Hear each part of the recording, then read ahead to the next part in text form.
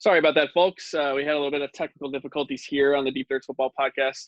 We're back on the draft special. We had a little bit of problems because Matt has, enough kids to fill a whole football team himself, and they decided to hop on the Wi-Fi, right, Matt? Yeah, I told them we were conducting a draft and stay off my damn Wi-Fi, but kids. Yeah, as we said earlier, this is going to be a problem for the draft on Thursday. I'm really looking forward to how that situation shakes out in real time. So, we're back here. We were in the middle of the 23rd pick, which belongs to the New England Patriots. Matt and Ryan already made their picks. I, however, do not have the New England Patriots picking in this spot. I have them trading back because Bill Belichick doesn't make picks in the draft. He always trades back. I don't care if Tom Brady's his quarterback, Drew Bledsoe, freaking anyone. I don't care. He's going to trade back and get as much draft capital as possible. So it might not be too far, but he's going to call the Green Bay Packers, and he's going to go, give me 30 and give me a mid-round pick. So the Packers give up, let me just look at this, the number 30 pick and the 2026. So he gets a sixth-round pick, but all he wants is that extra pick late in the draft. He doesn't care. He'll find an offensive lineman or something and groom him into a great player. So the Packers go up to 23, and they need some linebackers. Blake Martinez signed with the Giants. He wasn't that good anyway, but the Packers haven't had a good linebacker since Clay Matthews. So they're going to go and get their guy. They love Kenneth Murray out of Oklahoma.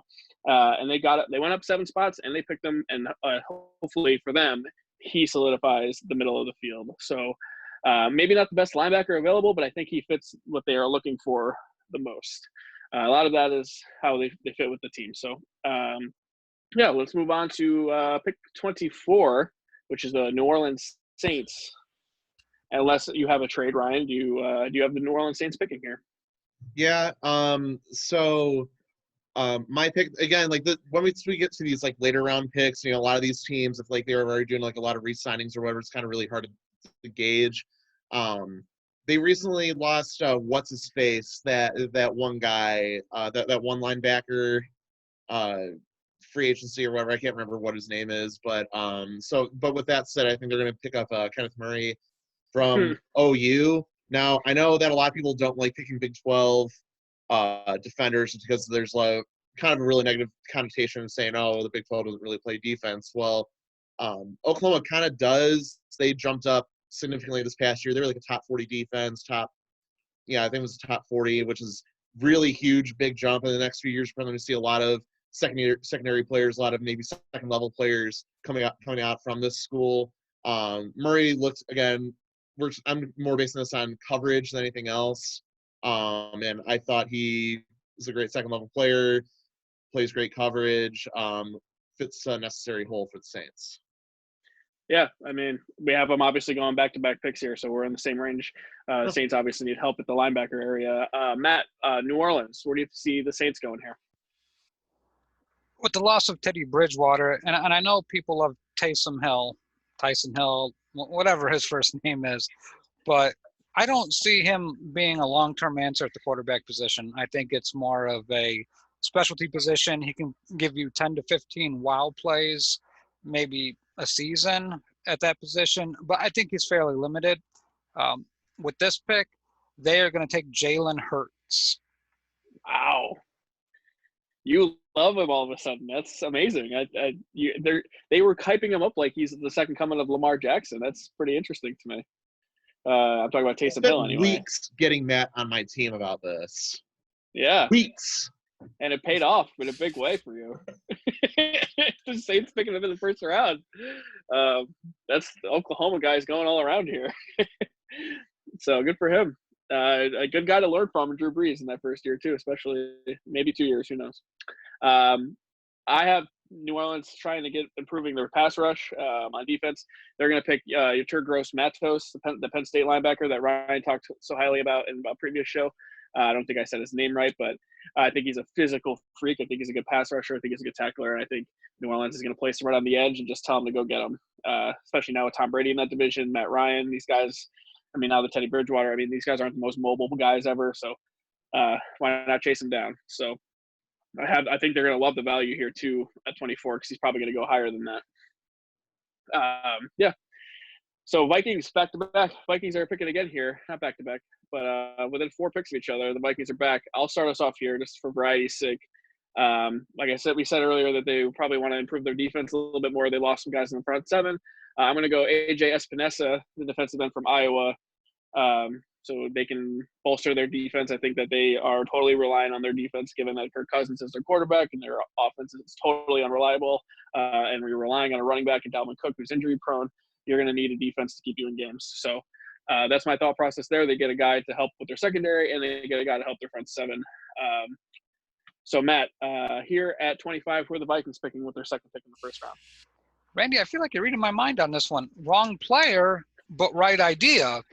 They're taking Josh Uche out of Michigan, the defensive linebacker hybrid, where he can play on the line, or if you need to drop him back into a linebacker position, he's going to be able to do it. I like his physical traits, and I know the same things I like about him are some of the things I hate about Leonard Floyd when the Bears just recently cut him. But I like his ability. I like his motor. I think he's going to get after it, and it's really going to help that Vikings defense, unfortunately, for Bears fans. Yeah, I think maybe the northwest technically? No, it's just what is that area called in the world? In Michigan and Minnesota. It's north. Just north. I think Midwest. There's a connection there. Midwest, yeah, still, even if it's okay. Midwest still.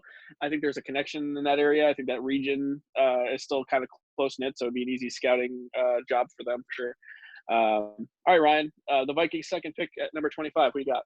As much as I just talked about how bad their secondary was, or how much they probably need to improve their secondary, I actually think they're going to do the opposite with this pick and go with an offensive player, with Brandon Edgick from Arizona State, wide receiver. Just for variety's sake, that's why I like. I just don't think the Vikings really need to go back-to-back defense right here necessarily. I think other needs that they can get later. Like I said, the Vikings are just kind of more of a harder team to read based on what they have available, and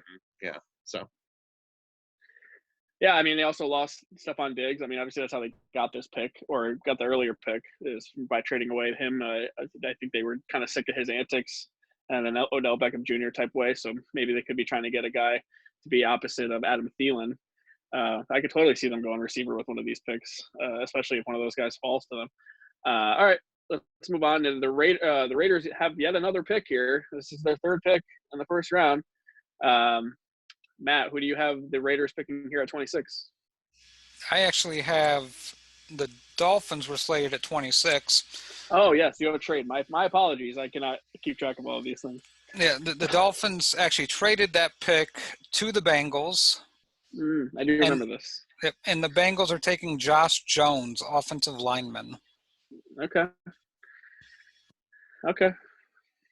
My mistake.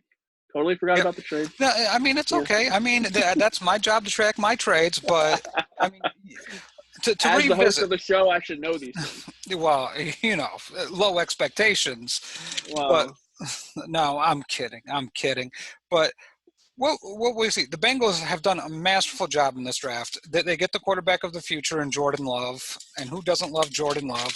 But they get Josh Jones here to pair with K'Lavon Chasen. So they start building up that defensive line and that offensive line.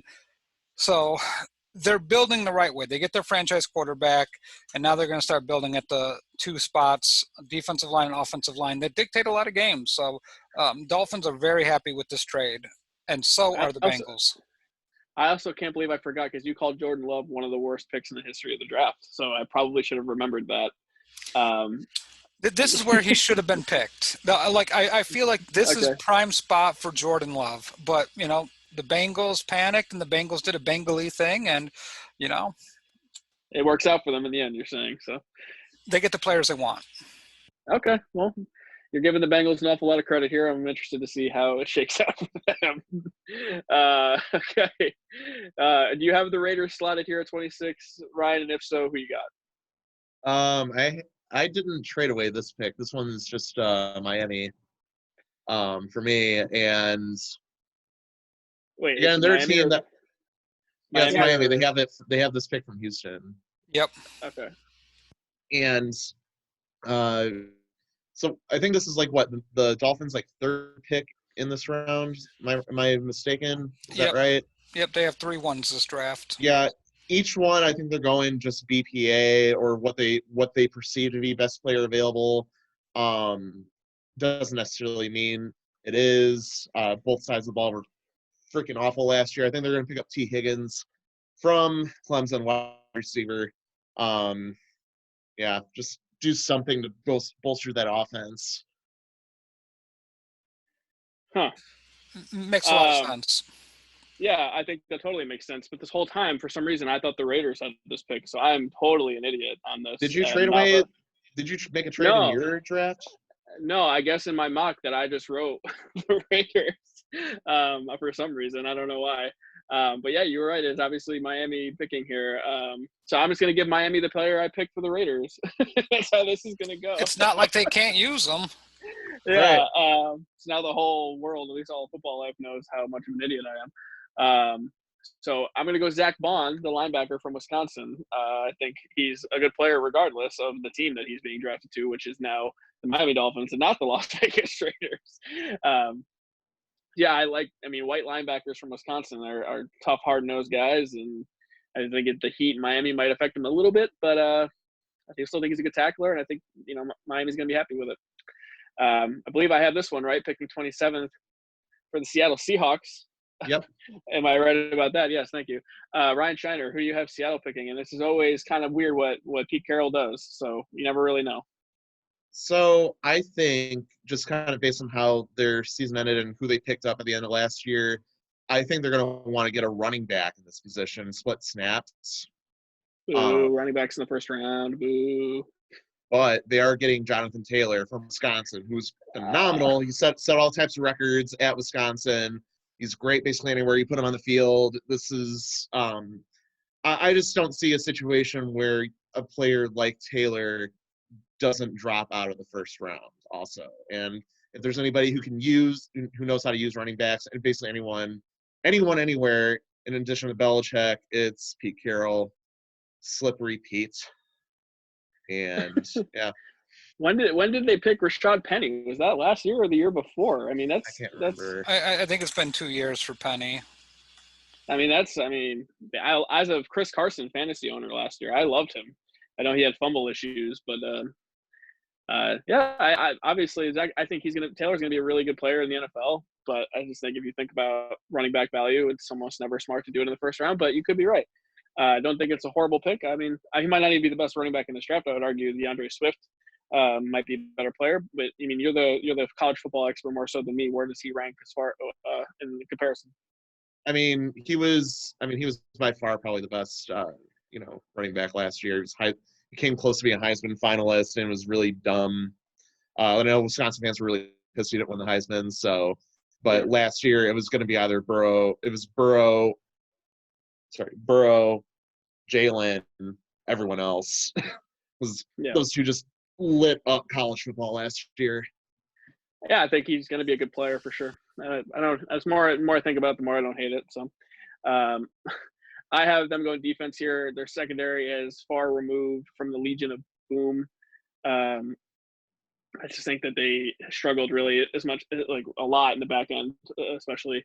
So I have them going Jeff Gladney here from TCU. I don't love Big 12 secondary players, but I think he's got speed. I think he has good technique. And I think with Pete Carroll's guidance that he could turn into a solid player, I could see them falling in love with a corner like that in the later round like this. Matt, Seattle for you. Who you got? So I agree with you, Randy. And to your point, Ryan, about Pete Carroll, I mean, Pete Carroll does know how to use running backs, and I think that's why he doesn't value them highly. He'll just get a bunch of running backs and see which one fits, and that's how he's going to go with that flow. I think the thing that we need to watch here is, I do agree, the Legion of Boom's broken up, but what made the Legion of Boom so versatile, obviously, is the play of their safeties with Cam Chancellor and Earl Thomas. Now, there's not a player like Earl Thomas in this draft at safety. I mean, some people may argue Xavier McKinney. He might be that type, but I really feel they need that guy that's going to fly around and stop players like Kittle and the 49ers from trying to run with that triple-headed running back monster that they have there. So I have them taking Jeremy Chin out of Southern Illinois here.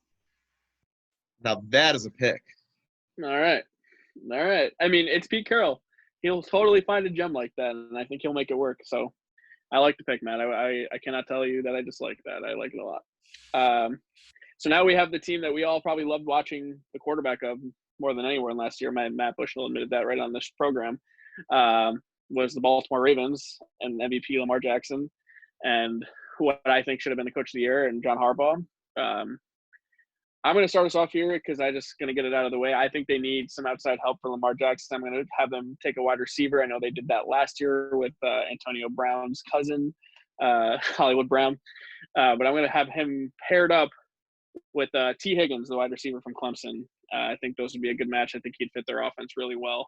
I love his speed. I love his hands. So I think he'd be a great fit for Baltimore. I think he has like the swagger that Baltimore has. That sounds odd. I just think that some guys have the right personality for certain teams, and I think that he's one of those guys. So I'm going to go T. Higgins as the wide receiver of Clemson for Baltimore. Matt, let's go to you. The Baltimore Ravens select. They have lost a lot defensively. You talk about some of the players that have left that team. They did get Calais Campbell, which helps out that pass rush quite a bit, but that second level needs help. And I think they get an absolute steal here. Patrick Queen is going to fill the void of really good inside linebackers for the Ravens, and it's just a natural fit. This is, you talk about perfect player, perfect scheme, perfect team. This guy fits that mold. Gets to keep wearing the purple too, so it'd be a good. He'd probably be happy about that. All right, the Baltimore Ravens for Ryan Shiner selects who at 28. So I actually do kind of agree with you, Matt. I just don't know if they make that pick then. I know at the end of last season, I think they had I think they had a guard retired, and then their center was injured on and off, right? So with that, based on my prediction, was that they're going to pick Cesar Ruiz, the center from Michigan. Just because, I mean, whenever you're going to have holes on your offensive line with a quarterback like Jackson, who's going to be there for a long time, you want to make sure he's going to be there for a long time. Yeah, and I think they do make that inside linebacker move something similar to that just in the next round. Yeah, and I will say this to Cesar Ruiz's point and those interior offensive linemen. All four of these teams picking in the last 4 to 5 picks, they all need interior offensive linemen. Packers probably need more so of a tackle, but they could easily use Cesar Ruiz. You take a look at the 49ers. The 49ers need offensive line help. The Kansas City Chiefs, with having to protect Mahomes, and we saw that defensive line for the 49ers really go after him. And I know I kind of got on Randy's case last episode about Cesar Ruiz being taken so early. I feel like this is the perfect spot for Ruiz to go off the board, and to Baltimore, it makes a ton of sense. I agree. I think that what they want to do is they want to run the ball, and they want to keep running the ball over and over again. And what you have to do is you have to keep Lamar Jackson from getting killed, which probably on his own he won't get killed because he's so athletic and so elusive. But you want to run the ball with Mark Ingram and Justice Hill and all those other guys. I think it's a smart play for sure. All right, Ryan, we're going to go back to you because now the team that eliminated the Baltimore Ravens is on the clock. The Tennessee Titans, who gave Ryan Tannehill a massive contract in the offseason. A good team overall. I'm not sure what they need. So what do you have them taking here? Well, their major holes, one of their major holes obviously is offensive line. The reason why Marcus Mariota and their offense suffered so much last year at the beginning was because of their O-line play, especially in the pass protection. But they ended up not re-signing a corner.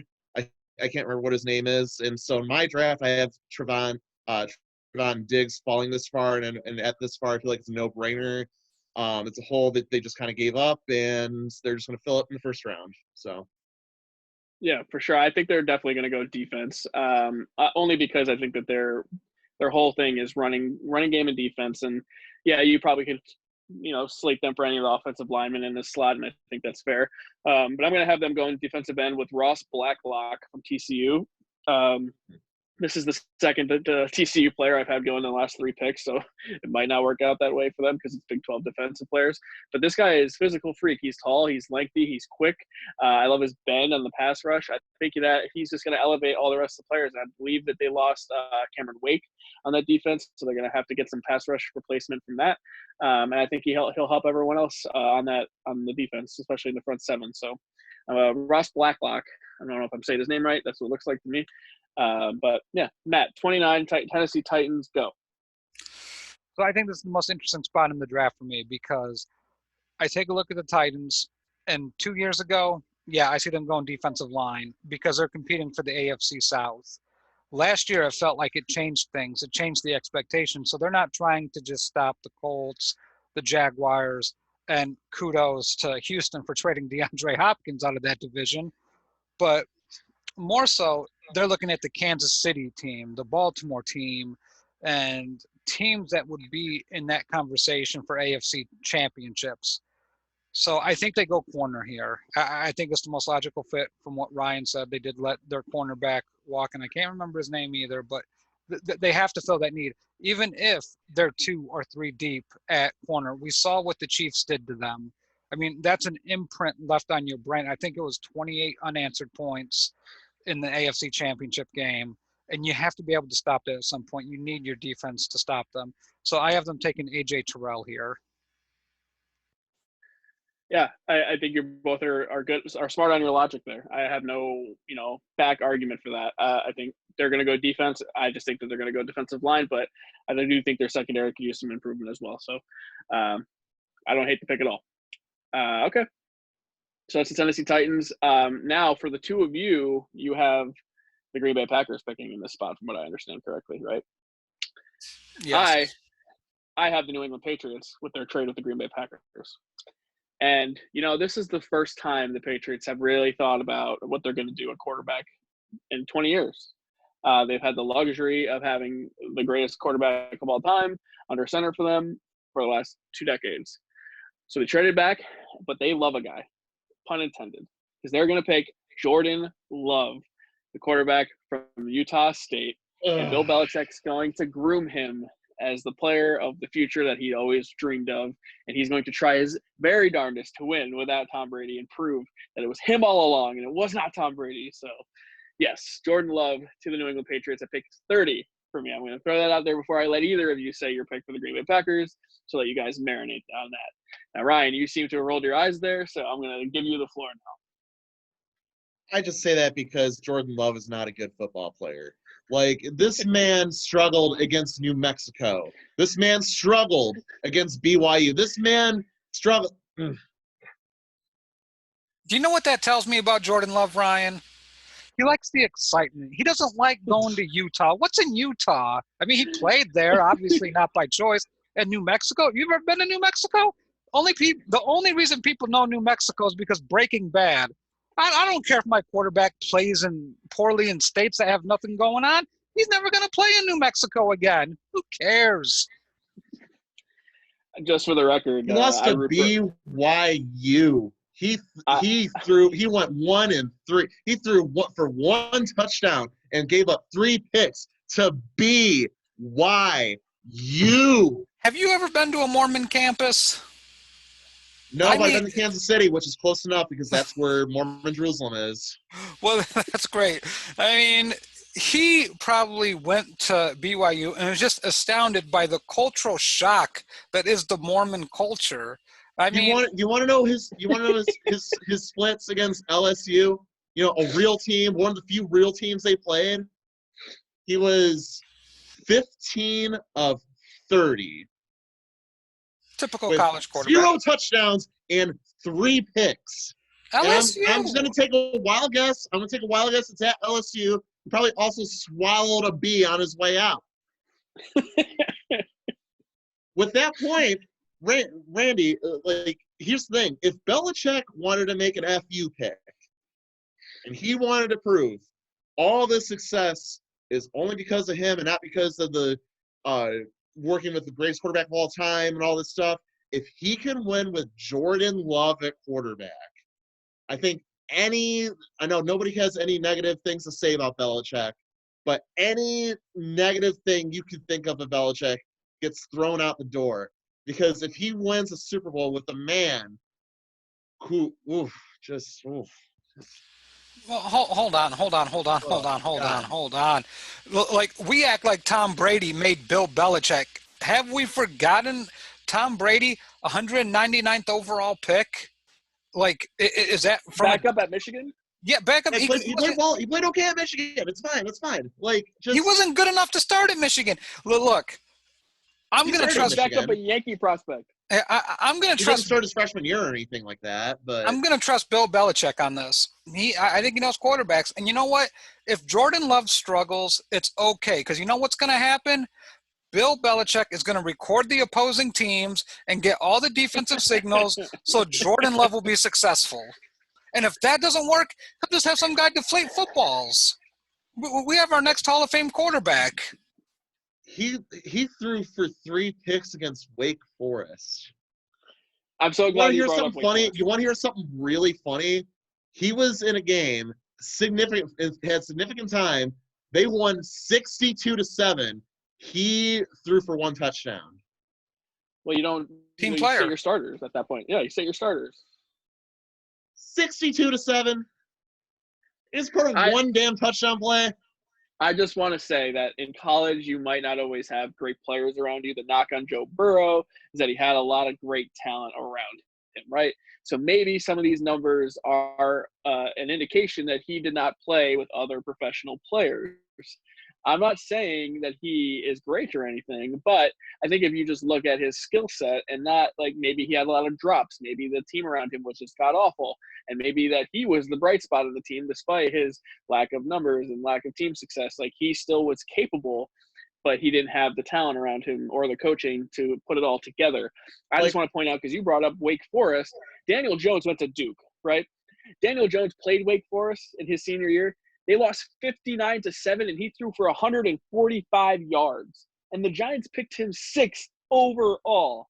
Well, the issue with Daniel Jones is more of his completion percentage, too, because he was like right around 50 or something like that and threw a lot of picks. But to my point, he also had awful talent around him where every time he threw the ball, it would be dropped or it would be fumbled. He had such bad talent around him. So what I'm saying is, like, maybe all of these numbers don't indicate how great of a player that they are. I mean, I just think that maybe that someone like Bill Belichick could watch him on tape and figure out, I think that he has all the tools that if he had the right coaching and right players around him and the right system, he could win. And that's how I feel. I know that he hasn't had the greatest tape or greatest numbers by any means, but I still think that he has the intangibles that NFL teams look for. I would understand that if he played Clemson 12 times in 1 year or something like, oof. I already told both of you guys, based on that awful rumor that Matt said, just something just bamboozled me, made me terrible. It made me want to throw up. That how Matt felt when I gave that ridiculous pick of the Bears trading up and giving away everything for Justin Herbert. That's how I feel if they pick Jordan Love in the 2nd round.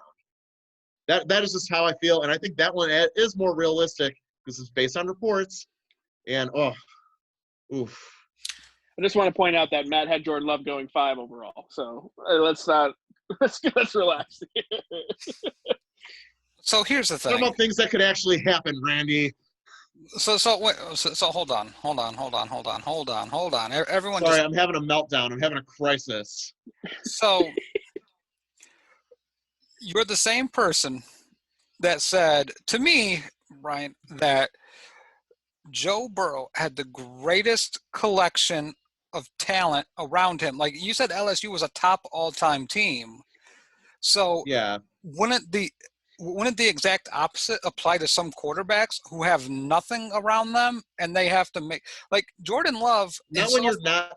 But well, the thing is that they also don't play anybody though. Like Carson Wentz, where'd he come from? Obscurity. Josh Allen, where did he play at? Obscurity. Both. Yeah, Josh Allen was. Yeah. Josh Allen was an FCS school and did not play. And he didn't dominate it. He also didn't dominate. Carson Wentz dominated his competition. Yeah, right. So we're not talking about like a school like North Dakota State or something like that, who may be on the up and up of developing a lot of talent at that position, or what have you. The ACC. Well, who was it? Okay, that makes sense. Just. Oof. But the point is, I think this is just a fantastic pick on so many different levels. If he gets to that point, which I don't think he's going to. I think he gets picked in the early 20s, in all honesty. But he has, like, his arm talent's elite. Like, there's no questioning his arm strength, especially when he gets in the cold. It's the same reason they drafted Josh Allen in Buffalo. You got to be able to cut the ball through the wind. One of the reasons why the Bears drafted Trubisky is they thought he had a stronger arm than Watson. And obviously, who knows about that? I don't even want to talk about that pick anymore.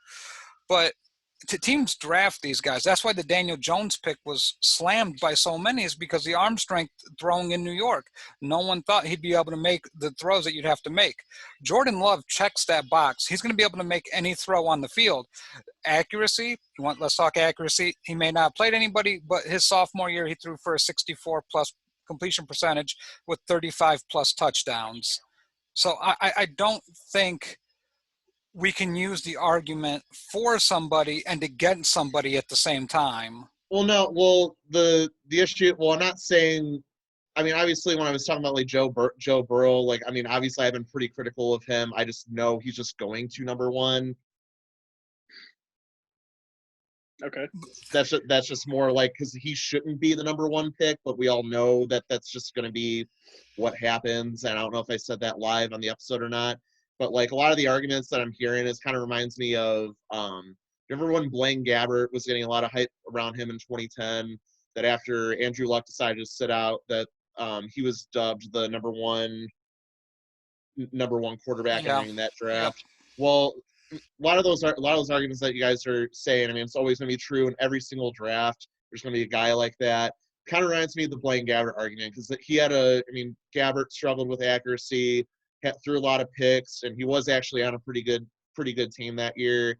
Played against a lot of good defenses, but the thing that set him apart was his height and his arm. I just exited out of the thing. I'm assuming Jordan Love's tall. Yep. So height and arm, but at some point, performance is going to have to matter when these teams are making their picks. I think at some point it's going to have to matter. Here's the thing, though. They're going to sign a quarterback or start Stidham. I mean, let's face it, Jordan Love's not going into any position and starting right away. That's not part of this plan. You're probably looking at 1 or 2 years on the bench to develop him, depending on the situation. That's why I actually love Jordan Love to Chicago in the second round if they get him, because then you have Foles for 2-3 years, and then you can just sit Jordan Love if it works out. But for New England, this makes sense. Go get Cam Newton. Go get Jameis Winston. Go get somebody. And I don't – why not? I mean, they need a quarterback. Jordan Love's going to be able to throw to New England. He's got a better arm than Brady. See, and this is the other thing. When we take a look at teams and colleges, a lot of these quarterbacks get overlooked for numbers. And I think quarterback's the one position where you actually have to apply the eye test. You have to trust your eyes in what you're seeing, because as soon as you don't, you end up drafting guys like Mitch Trubisky, because he threw 5 picks, 34 touchdowns. Everyone thought, well, this guy doesn't make mistakes. But well, I mean, he also was playing a pretty weak defensive conference that year too, where Deshaun Watson should have been the slam dunk pick, regardless of whoever it was. Agreed. I mean, that's not the issue here.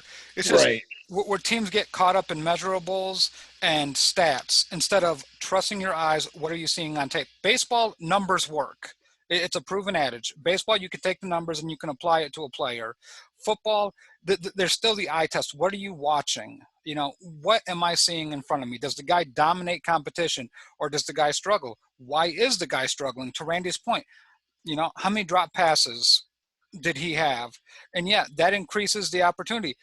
3rd and 2 is a hell of a lot different than 3rd and 12. So maybe Jordan Love, 2nd and 10, he passes, guy drops the pass. So now he's 3rd and 10 instead of 2nd and 2 or 3rd and 2. It doesn't really happen as often on the collegiate level as it's made out to be, though. I mean, like, to me, the biggest issue, though, is like when you just see like 20 and 17, more of the 17 interceptions, like, just in general, if you see like a high volume number for like something like interceptions or whatever, to me that has to be a red flag at some point. Well, because we keep seeing teams overlook that because tall guy, big arm, whatever. Just like the Gabbert things. Gabbert had a pretty horrific stat line his junior junior year, yeah, and was still heralded as a top 10 pick and ended up being in the top 10. And there's usually at least one or two guys like that All right. each You know what? draft. Here's my hottest of takes. Jordan Love in 5 years will be the best quarterback coming out of this draft. Whew. Yeah, that's a hot take. That's for sure. I like it. I think that we talk so much about how much situation matters in the NFL that Pat Mahomes landed in the greatest situation possible, and that's why he's the MVP of the league, a Super Bowl MVP, a Super Bowl champion, brought a championship to the Chiefs for the first time in 50 years. I'm not saying Jordan Love is any of those things, but situation matters. When you get drafted to a team, what they do to help develop you means everything. So Jordan Love landing on the Patriots, there's hard to argue that there's a better situation than that. So whether he plays right away or sits for 2 years, I love this pick for them. I think it's kind of low risk, honestly. I don't think anyone has high expectations for the Patriots. I think that they know that they have to move on from Tom Brady at this point. He's a Tampa Bay Buccaneer, so maybe this is a solution for them at 30. Maybe I should have saved this for the last pick because now you guys be like, hey Ryan, FYI, I'm coming back for you.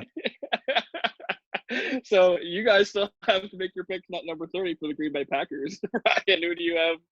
Sorry for the meltdown, everyone. No, that's having okay. A bit of a crisis. I think that's good. That's good air right there. So Green Bay at 30. Yeah, it is. Oof. Anyway, so I've seen a lot of people try to. It seems like a lot of people are more gearing towards offensive needs for the Packers. I think they're going to go with tackle. I can't remember exactly what their issue was with their tackles last year or during this offseason, but I think they're going to go with Isaiah Wilson. Georgia, like we just were talking about, like what are you surrounding? Georgia produces great offensive linemen, especially at tackle. Basically was the only reason why Jake Fromm one of the reasons why Jake Fromm was successful because of everybody else around him. Yeah. So Matt, what do you got? 20 picks later. Maybe still too early to take him, but 20 picks later, Michael Pittman to the Green Bay Packers. What is happening right now? Here's the thing. Michael Pittman is a good receiver. He can be a good receiver. It's just whether or not he should be drafted that high. No. He is, with the right especially with the right coach and the right system, he is probably going to be a successful NFL success story in various forms. I watched a ton of USC tape, or a lot of USC games. My hatred towards Clay Helton very visible in some game threads for that. But Pittman's a precise route runner. I mean, he's going to do the little things that make him successful. You could tell he's a son of a former NFL football player, and you pair him on the opposite side of Devontae Adams. The Packers need this. Like, Aaron Rodgers is going to be 37 this coming year, so you have a couple of more shots at this apple. Defensively, they're going to have to fix some holes. Obviously, because they're not getting better defensively. You're going to see some regression, and they got to be able to stop the run. But their bread and butter is with Aaron Rodgers and throwing the football. So they absolutely have to go wide receiver here. I'll tell you what, if they pick a receiver at all, I mean, if they pick Michael Pittman, they will be a sleeper in fantasy for me. I will just automatically target them as a guy that I want in a later round in fantasy. Because you have Aaron Rodgers, like you said, you have Devontae Adams on the other side. They have a great rushing attack. I think that person is just going to be successful on opportunity alone, just on how much attention other people are getting. So if they go receiver, I'm interested in them in a fantasy football setting. I will just throw that out there right now. Whether it's Michael Pittman, whether it's somebody else, I want them. That pick took longer than I expected. I will not lie to either of you. So now we have San Francisco, who has their second pick in the first round. There's rumors that they are looking to move these picks from our draft capital and maybe revamp their defense as a whole. Matt, do you have San Francisco staying put here? I do. I don't think they have the opportunity to trade out here. With so many good players in this range, you can get the same quality player at 31 that you would be able to get at 45. A lot of talented players here. This is a toss-up for me because I really do like Xavier McKinney here. I think he fits a need for the 49ers, losing some defense. But with the loss of DeForest Buckner, they're going to have to address the defensive line, and that's why I have them taking A.J. Epinesa here. For sure. I think that we all kind of acknowledge that they need to replace Buckner's presence on the line on the defensive side for sure. Ryan, where do you have San Francisco in their line of thinking right now? So I think if they're going to trade either pick, it would probably be more their earlier pick. But for the sake of Jesus, San Francisco, why couldn't you said this earlier when we were actually making our video for that? I'm just going to go ahead and say they're trading pick number 31. They're going to trade to the Chiefs for a 3rd-round pick this year and a 4th-round pick next year. Okay. And with that, the Chiefs are going to get 2 picks back-to-back. And with this first one, I'm going to go with Damon Arnett, cornerback from Ohio State. I know last year, especially when Mahomes went down, one thing that they were very unsatisfied with, and even the year before, was their secondary, their defense in general. And they finally got things together well enough to win the Super Bowl. But I think they're gonna take a this is going to be what they're gunning for. If it's not going to be him, it's going to be somebody else at this position or safety. Interesting. KC trading up and not having to give up a first or anything. I mean, that's a pretty good deal on their part. San Francisco gets what they want in those later round picks for sure. Matt, San Francisco, you already said. So I know they need wide receiver. I know they need defensive help. I already had them picking Chasen at 13. They love a mediocre receiver more than anyone I've ever seen. They love Deebo Samuel. And Deebo Samuel, I'm not even sure is good. He runs a lot of reverses. He runs a lot of sweeps. He's a good blocker. He's really thick. But I don't understand. They like unreasonably love this guy for some reason. But I still think they need help on the outside. I just was watching some Big 12 tape for some reason, and one guy stuck out to me. Baylor wide receiver Denzel Mims. I really like his route running ability. I like his hands. I think he's tall. I think he has a wide catch radius because Jimmy G is not the most accurate person in the world, we've learned. And they need to replace Emmanuel Sanders because, believe it or not, he had a bigger impact on them than I think that they would like to admit. So I have them going wide receiver here. I'm going to go Denzel Mims, wide receiver from Baylor. So we made it to the end, guys. We have one more pick, and it is the reigning, defending, undisputed Super Bowl champions, the Kansas City Chiefs. Ryan, because you had them picking before, I will let you go one more time. Who is Kansas City wrapping up this first round with? I think they are going to go back-to-back defense. Another thing that I know that they've been saying that they wanted is to bolster their defensive line. I don't know where specifically, if people are thinking more defensive end. I think they're going to go more for defensive tackle up the middle, get more pressure, and I think they're going to pick Jordan Elliott from Missouri. Okay, I mean, you're close to that area, right? So you would probably have a better idea of his ability at the next level than we would. Yeah, he was impressive this past year. I saw him in person play a bunch of times. There's going to be a couple of people, or at least like one more person from that team that's going to end up getting drafted probably early, meaning like the first 3 rounds. But yeah, I think this makes sense. They get a lot more pressure up the middle. It's going to be great for this team this upcoming year. Matt, Kansas City Chiefs at number 32, rounding out the first round. What do they got? They get a home run player with this pick. They're going to build that interior, that offensive line. They're taking Cesar Ruiz, number 32 overall, and they are ecstatic. I just will always think of how you destroyed me for that pick earlier, and now, yeah, I guess it is better value. No, I get it. Value matters. It does. I get it. I just want to circle back to the 49ers. I just want to ask you guys a question while it's still fresh in our brain with the 49ers. I get that they don't have a second, third, or fourth hole or pick on this team, but don't you guys think that they need those top-end first-round pick players? It's not like they lack depth.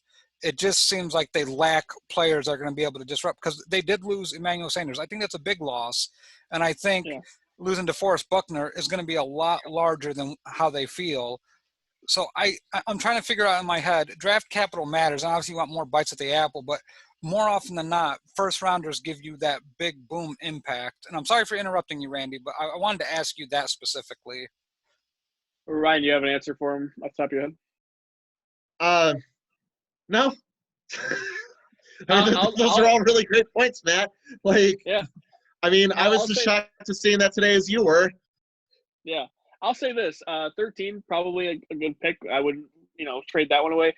31, I think it makes more sense to trade back at that one more than anything. I think if you could get a second this year and a third next year, I think maybe it's probably worth it. But like you said, they have depth. I think maybe more impact players is probably more worth it. I think the contracts is what these teams worry about. First round contracts are significantly more expensive than later round guys. So maybe that has something to do with it. Maybe their cap situation isn't great. I don't know that information off the top of my head, but it could be. I mean, these teams have different. Yeah, I mean, I checked their cap. It's not dire. So, and with trading Buckner, giving Armstead that big deal, I didn't like it. I trashed it initially, and I still trash it. I think it was a dumb decision. You don't trade a player of Buckner's value for a player to sign long-term for Armstead's value. You make Buckner work. You get rid of Armstead. I don't understand. Kittle's not going to make a whole bunch of money. So if you're trying to cut money for Kittle, you'll be fine, because tight ends aren't making $15 million a year, no matter how dominant they are. Gronk didn't make 15. Kittle's not going to make 15, at least not right away. I just think with this team, you lost Emmanuel Sanders, who you could have re-signed. Jimmy G is on a not a terrible deal for a quarterback if you're going to commit to him. I think this reeks that they want a different quarterback. I don't think they want Jimmy G. That's the only reason these cost-cutting moves are making any sort of sense for me and trying to build up draft capital.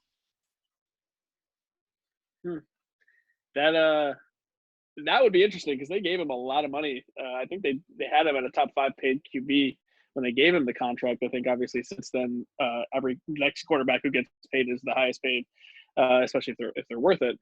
But if they moved on after that, we have L's to give out, Matt. We have a lot of L's in this Football Life group that we have to give out. And if Roberto is watching, if Henry is watching, bang, bang, Niner gang, get out of my face, because it's over with. That was a fluke. 1 year wonder. You're done. You're dead. Get out of my face with Jimmy G. I don't care how handsome he is. That would be amazing. I kind of hope that happens now. Okay. I guess I'll wrap up this draft. I just have a question for both of you. Can you guys tell me who sings "We Are the Champions"? Oh, gee, Queen. Yeah, it's the easiest question of all time, because this man falls into the lap of the Chiefs, and his name is Patrick Queen, the linebacker from LSU. And it is perfectly fitting, since they are the champions of the football world. And that was a dumb joke, but I'm Randy Hammond. I make dumb jokes. This isn't something that, if you've watched our show, you know this. I'm just the old, I'm not even old. I just have dad jokes lined up, ready to go. So Patrick Queen is going to be a stud for the Kansas City Chiefs, playing in front of Tyrann Mathieu. You guys already had him off the board, so I don't even need to elaborate. I think he's going to be a really good player in the pro level. Okay, so there it is. We're going to post our full first-round mocks before the draft on Thursday night. At least that's my plan. I'm going to go through picks 1 through 32. But before we say goodbye, Ryan came up with an interesting segment here, because we didn't obviously touch on so many prospects. We all had a lot of similar players, but not all the same players. Ryan, elaborate on this idea of giving them a sleeper of a player that you think is going to be really good, who's going to go later. I mean, that's basically it. I mean, this is more just to try to see if any of you guys like anybody else. It doesn't necessarily have to be pick number 33 or whatever. Just like a player that you think has value, but just may not necessarily be in the first round. Yeah, I love this idea, because you see so often that guys go later in the draft and they're just totally successful. Doesn't matter if they're first rounders or not. I'll say my guy, but then I have 2 honorable mentions, because I have a philosophy about the draft that my team totally just ignores and they hate. So my sleeper, and I love wide receivers from Ohio State. is going to be KJ Hill. He ran a 4.6 at the combine. I'd like him to be a little bit faster, but I love his ball skills. And I don't know what it is, but there's certain positions it's from certain schools that I trust. Like if this was a USC receiver, I would have said the same thing. I just think that these teams are really good about developing receivers and them having success at the next level. So for me, I think KJ Hill, I don't know where he's going to go. I mean, the mocks have had him going in a wide variety of range. We'll see what team actually falls in love with him, but he won all. I was reading up on him too. I guess he won all of his one-on-one routes in the Senior Bowl. So if that tells me anything, that Dave Gettleman's going to love him. Dave Gettleman loves the Senior Bowl. I just think that he has NFL skills, and he went to Ohio State, so I think those guys do a really good job of training them.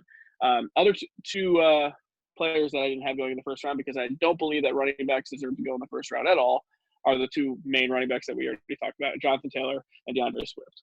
If these guys go second or third round, no matter what, it's incredible value, and they're going to be really successful in the NFL. That's all I have to say. Those are my honorable mentions. Matt, Ryan, I don't care who goes next. You guys can take it away. I'll go next. Mine was going to be Albert O. Not only because obviously I'm a Missouri fan. Everybody butchers his name, so I want them to say his name to see what they do. But he was actually at one point before his injury was the number one tight end in the country. And there was points where Derek Dooley, one of the worst offensive coordinators in history, didn't understand the value of a tight end or a value of an NFL level tight end, and was basically told, you need to get more routes, more plays where the hot route is him, the main route is him. I think he'll probably go in the second round, maybe third round. He can go anywhere. If he ends up landing on the Patriots or somebody like that, that's an entirely great fit. Even if it is somebody like Jordan Love goes there, that's still a great fit and a great fit for both players. Well, more so for Love. But yeah, just really enjoyed watching him past year. Did a lot of things that are impressive. He had an unfortunate injury, but yeah, he'll bounce back in the NFL. I like it. I'm interested to see where all of the tight ends go in this draft and where they land. I think he's totally a good sleeper. Like you said, he was one of the better tight ends in college football before his injury. So I didn't know that's how you said his name, though. So that's interesting. Well, it's like Albert about Albert Albawainum or something along those lines. We just say the entire everybody knows exactly what you're saying. Albert O. No, don't bother. In interviews, that's exactly what he goes by. I want Goodell to butcher his name real bad now. Yeah, Albert Albawainum or whatever. Yeah. All right, Matt, wrap this up for us. Give us the sleeper. Okay, I got one big one, and then, like you, two honorable mentions, Randy, because I have to follow your suit here. So my primary sleeper is Kenny Wilkes, defensive end out of Michigan State. I think you're going to see a double-digit sack producer for a lot of years come out of his ability. I really like him. Michigan State had a down year. Big Ten kind of overlooked. But I think the Big Ten produces a lot of quality offensive linemen that really stymies a defensive lineman. So I really like him. I think he's going to be excellent at the next level. And then go ahead. I forgot about your honorable mentions. That's my mistake. Okay. Jacob Eason. I really, really like Jacob Eason as a quarterback. Will he be a day one starter? Absolutely not. We're talking 3-4 years down the line, right system, right team. Perfect fit for him would be the Packers. Learn behind Aaron Rodgers, no rush to get up there in a hurry. And then wide receiver out of Arizona State, Brandon Ayuk. I like him a lot. I think he's a precise route runner for the most part. Would be a steal, but I really do like Kenny Wilkes. All right. Well, I can't wait to see how wrong we all were on our mock drafts on Thursday night. It's going to be the most interesting draft I think I've ever watched. Cannot wait to see all the technical difficulties like we've experienced tonight. I'm sure they will do so themselves, with no doubt. I'm looking forward to like a Mel Kiper F-bomb on air. Anything is possible with this. But this was a lot of fun. I enjoyed doing this with you guys. I hope you guys all enjoyed our three-part draft series that we've done. We will probably have a draft recap coming up regardless of Matt's availability, or maybe me and Ryan will do something there. We'll figure something out. We'll recap some of the interesting storylines from the draft. I hope you guys all all are staying safe, staying healthy, staying inside. I think we're close to the end of this. I think the light is at the end of the tunnel. I could be very wrong. I do not know. But, God, I'm hopeful because I can't keep doing this here. But I love you all. Thank you all so much for watching. Matt, you have any parting shots for the audience? Football. That's all you need to know. Providing entertainment when we're all in quarantine. Yes. Ryan, thanks again so much for joining us. We hope to have you on again soon. This was a lot of fun. Thanks for having me on there. This has been a blast, all 3 episodes. Yeah, again, thank you guys so much for watching us. We'll be back very soon, and I hope your team does terrible in the draft. Goodbye.